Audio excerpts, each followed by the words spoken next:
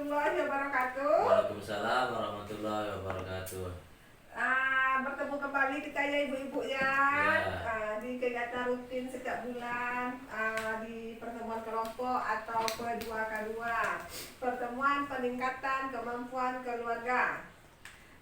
Sebelum pertemuan kita mulai, kita panjatkan dulu puji dan syukur kehadirat Allah yang telah memberikan kita kesehatan dan kesempatan sehingga kita dapat berkumpul kembali dalam keadaan yang lebih baik. Salawat dan salam tidak lupa pula kita kirimkan kepada penghulu alam dengan mengucapkan Allahumma salli ala Muhammad wa ala ali Muhammad. Apa kabarnya ibu-ibu? Baik. Loyo kayaknya nih ibu-ibu. Iya bu, capek bu. Untuk pemanasan kita ice breaking dulu ya ibu-ibu ya. Ice breaking kita kali ini senam wajah. Ibu-ibu semua ikut saya ya. Senam wajah. Tepuk pipi, pencet hidung, tarik telinga, hore. Hore. Ulang ya ibu-ibu ya. Senam wajah. Tepuk pipi, pencet hidung, tarik telinga, hore. Hore. Semangat ya ibu-ibu. Semangat bu. Nah, karena kita udah semangat, kita mulai materi sore ini dengan kesejahteraan sosial dan penyandang disabilitas. Yang pertama kita bahas tentang penyandang disabilitas. Penyandang disabilitas menurut Undang-Undang Nomor 8 Tahun 2016 adalah setiap orang yang mengalami keterbatasan fisik, intelektual, mental dan atau sensorik dalam jangka waktu lama yang dalam berinteraksi dengan lingkungan dapat mengalami hambatan dan kesulitan untuk berpartisipasi secara penuh dan efektif dengan warga negara lainnya berdasarkan kesamaan. Dalam artian orang ini ada keterbatasan fisik ya ibu-ibu ya, ada keterbatasan fisik, intelektual, mental atau sensorik. Kalau kehidupan sehari-hari penyandang disabilitas nih orang biasa memanggilnya cacat, tapi cacat ini kan agak kasar ya ibu-ibu, jadi kita ganti kata cacat ini dengan disabilitas. Hak-hak penyandang disabilitas sama seperti kita manusia normalnya, penyandang disabilitas juga mempunyai hak yaitu yang pertama hak hidup. Semua makhluk hidup pasti mempunyai hak. Jangankan manusia, hewan pun dan tumbuhan pun juga mempunyai hak untuk hidup ya ibu-ibu. Yang selanjutnya hak penyandang disabilitas bebas dari cercaan, mendapat perlindungan, mendapat bantuan hukum, bersekolah, bekerja, hidup sehat, beribadah, berolahraga, bebas dari kekerasan, eksploitasi, tidak dikucilkan, diperlakukan sama dengan orang lain. Kita bahas yang paling menarik hak bersekolah ya ibu-ibu ya. Penyandang disabilitas ini juga mempunyai hak bersekolah seperti anak-anak lainnya. Tapi penyandang disabilitas ini sekolahnya di sekolah khusus ya ibu-ibu. Yang sekolahnya bernama sekolah luar biasa. Di sini ada SDLB ibu-ibu. Ada. Alhamdulillah lah kalau di sini ada SD luar biasa ya ibu-ibu ya. Jadi karena di sini udah ada SD luar biasa, kalau seandainya keluarga ibu atau tetangga atau saudara lainnya ada mempunyai anak disabilitas, jadi anaknya disekolahkan ya ibu-ibu ya. Iya, Bu. Karena hak bersekolah itu merupakan hak semua orang, termasuk mereka penyandang disabilitas.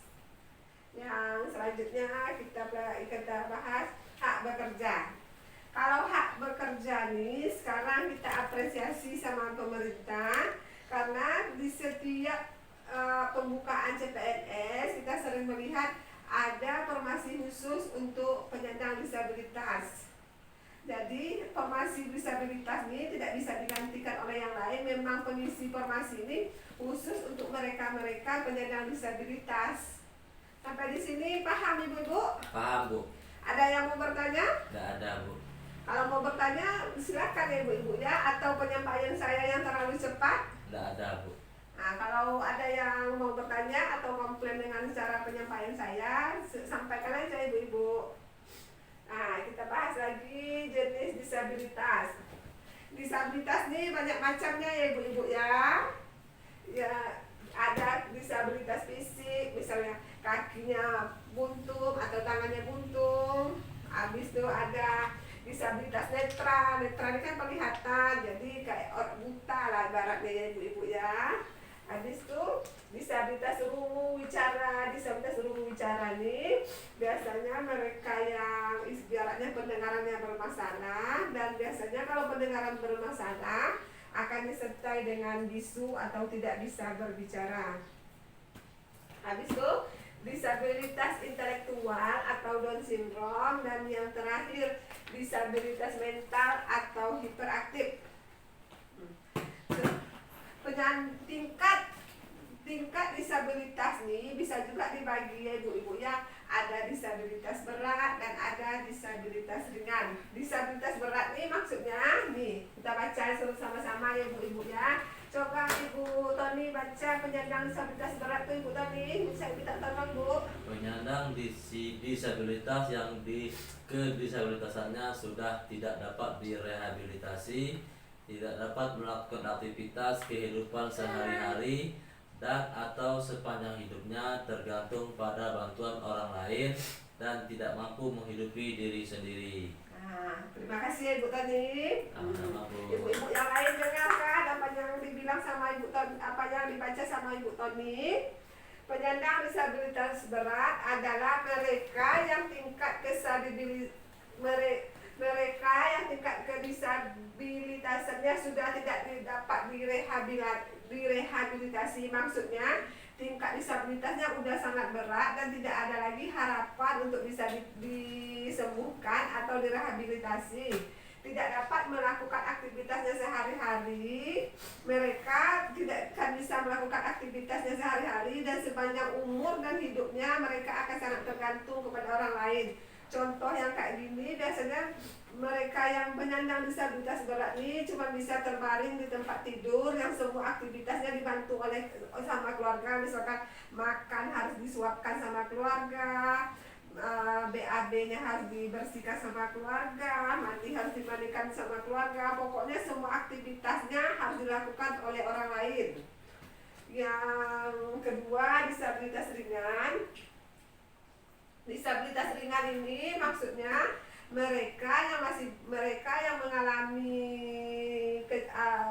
mereka yang tingkat disabilitasnya masih ringan dan masih bisa melakukan aktivitas sehari-hari. Misalkan kayak mereka yang kayak ini ya ibu-ibu ya, yang disabilitas fisik kaki, misalkan kaki buntung kan mereka masih bisa beraktivitas. Apalagi sekarang kan dah ada kaki palsu ya. Iya, Atau misalkan mereka yang tangannya buntung, masih bisa melakukan aktivitas, dan bisa dipasangkan dengan tangan palsu. Sampai di sini paham ibu-ibu? Paham. Ada yang mau bertanya? Tidak ada, Bu. Tidak ada. Sekarang kita apakan tentang pelayanan disabilitas.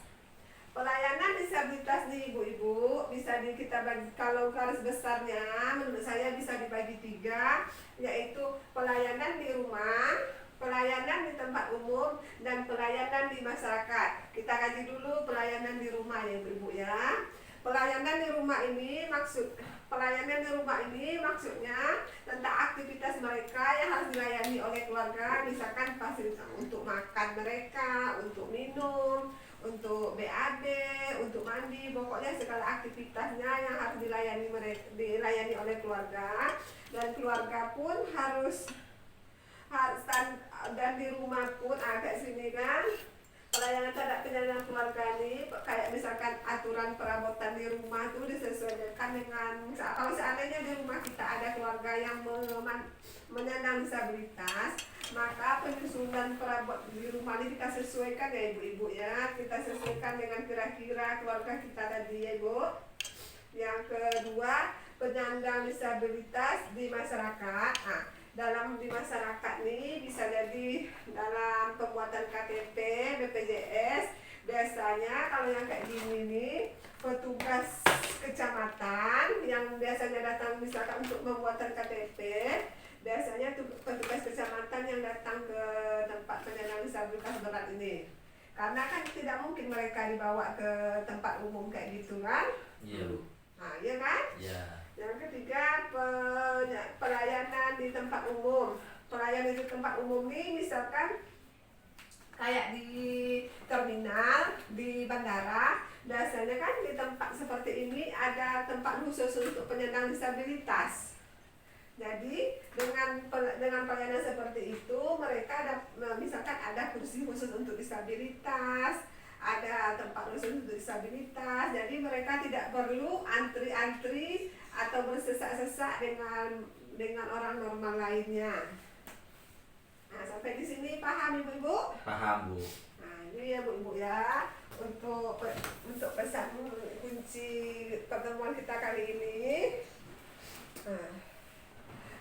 Yang pertama saya sampaikan, penyandang disabilitas merupakan bentuk keragaman manusia. Penyandang disabilitas ini Ibu-ibu kan bukan kemauan dari mereka. Jadi kita sebagai pihak keluarga yang memiliki anggota keluarga yang penyandang disabilitas, kita harus ikhlas dengan keadaan dan bisa menerima keadaan mereka tanpa mengucilkan mereka dan tanpa merasa malu akan keadaan mereka. Yang kedua, penyandang disabilitas juga warga negara yang harus dipenuhi hak-haknya. Penyandang disabilitas ini haknya sama dengan kita orang normal, jadi hak-hak mereka juga harus kita penuhi. Yang ketiga, penyandang disabilitas tidak boleh didiskriminasi. Kita tidak boleh mendiskriminasi penyandang disabilitas karena mereka juga mempunyai hak yang sama dengan kita. Sampai di sini ada yang mau bertanya Ibu-ibu? Enggak ada Bu. Atau ada yang keluarganya penyandang disabilitas? Enggak ada Bu. Ada. Kalau misalkan tidak ada yang bertanya, saya tutup dulu pertemuan kita sore hari ini. Oh ya, pertemuan kita sengaja sejak sore ya Ibu-ibu ya, biar tidak mengganggu aktivitas Ibu-ibu. Entah Ibu-ibu mencari nafkah, membantu suami, atau Ibu-ibu kerja rumah tangga di pagi hari. Jadi saya sengaja pertemuannya sejak sore untuk disesuaikan dengan jadwalnya Ibu-ibu ya. Iya Bu. Sekian dulu dari saya. Sebelumnya saya tutup dulu dengan membacakan Al-Fatihah. Assalamualaikum warahmatullahi wabarakatuh. Waalaikumsalam warahmatullahi wabarakatuh.